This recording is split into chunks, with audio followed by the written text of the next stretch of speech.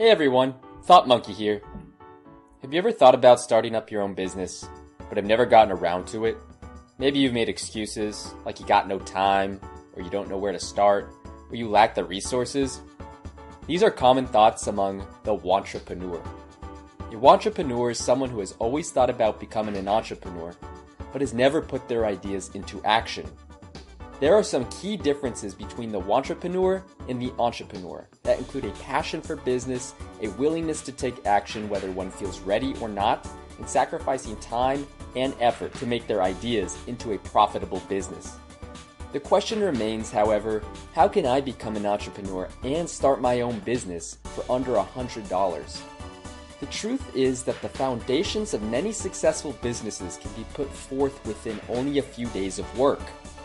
A guy named Noah Kagan, who is behind the business Gambit, a business that offers payment solutions for online gamers, put the original product together in only a weekend.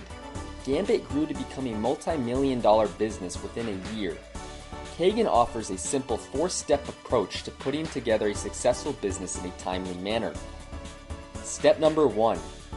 Think about a profitable idea. What things are people willing to spend money on?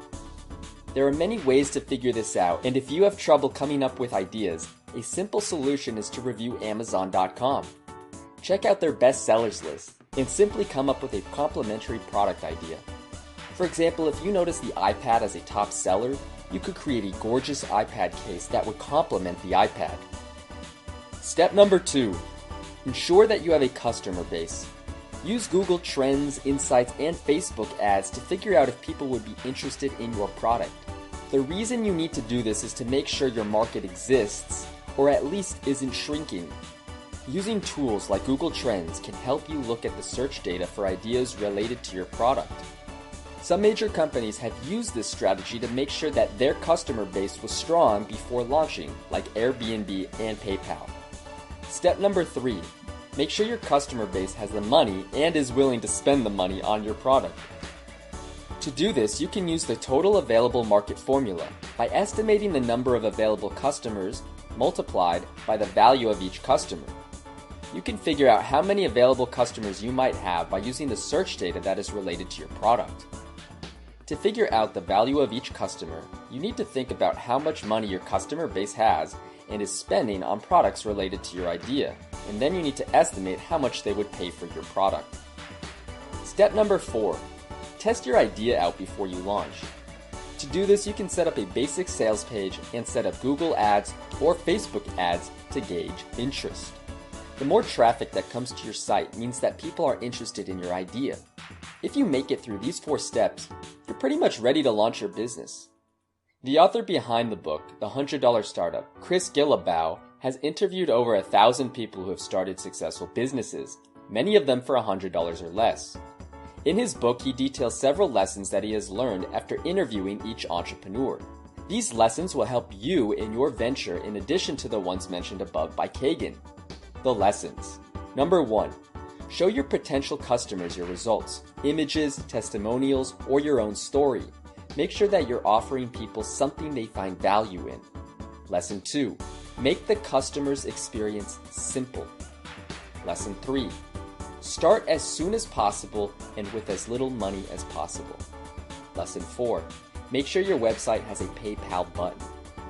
Number 5. Make your offering so compelling that your customers have no reason to say no. The offer should also include urgency.